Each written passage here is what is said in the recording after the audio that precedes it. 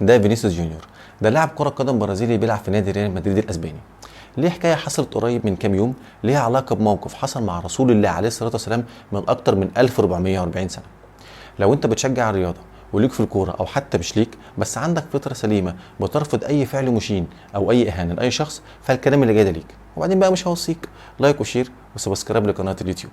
ولو انت ما بتعرفنيش، انا عبد حسام، بحاول وسط زخم السوشيال ميديا الموجوده حوالينا ان انا اقدم محتوى شايف يكون مفيد، فعايزك تستحضر ذهنك وتركز معايا، ويلا بينا.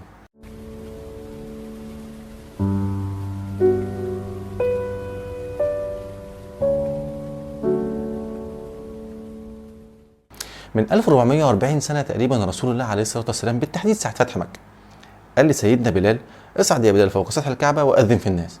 سيدنا بلال طلع واذن في الناس فوق اطهر بقعه موجوده على سطح الكره الارضيه. ما هموش لونه، ما فرقش معاه هو جاي منين، ما فرقش معاه نسبه ايه. في اعلان صريح على مدى تحضر هذا الدين، وان الناس كلهم سواسيه، زي ما قال ربنا سبحانه وتعالى في كتابه: ان اكرمكم عند الله اتقاكم. وزي ما قال رسول الله عليه الصلاه والسلام: ليس هناك فضل على اعرابي ولا اعجمي الا بالتقوى، وان الناس كلهم سواسيه. طب معلش يا عم عبده، انت عايز تقول يعني ايه علاقه الكلام ده كله بفينيسيوس جونيور اللي بيلعب في ريال مدريد؟ الراجل ده من يومين او ثلاثه تقريبا كان ليه مباراه في الدوري الاسباني، وبعض جماهير الفرقه المنافسه هتفت ضده بهتافات عنصريه ليها علاقه بلون البشره، لدرجه ان هو اتاثر جامد وقعد يعيط تقريبا خلال الوقت اللي هم كانوا بيهتفوا ضده. دور على الموضوع ده واعمل عليه سيرش هتلاقيه. طب انا عايز اوصل ايه في الاخر؟ عايز اوصل على رساله ان مدى تحضر هذا الدين اللي قال الناس كلهم سواسيه من اكتر من 1440 سنه، وعلى المواقف الغريبة اللي ممكن تحصل واحنا لسه في سنة 2023.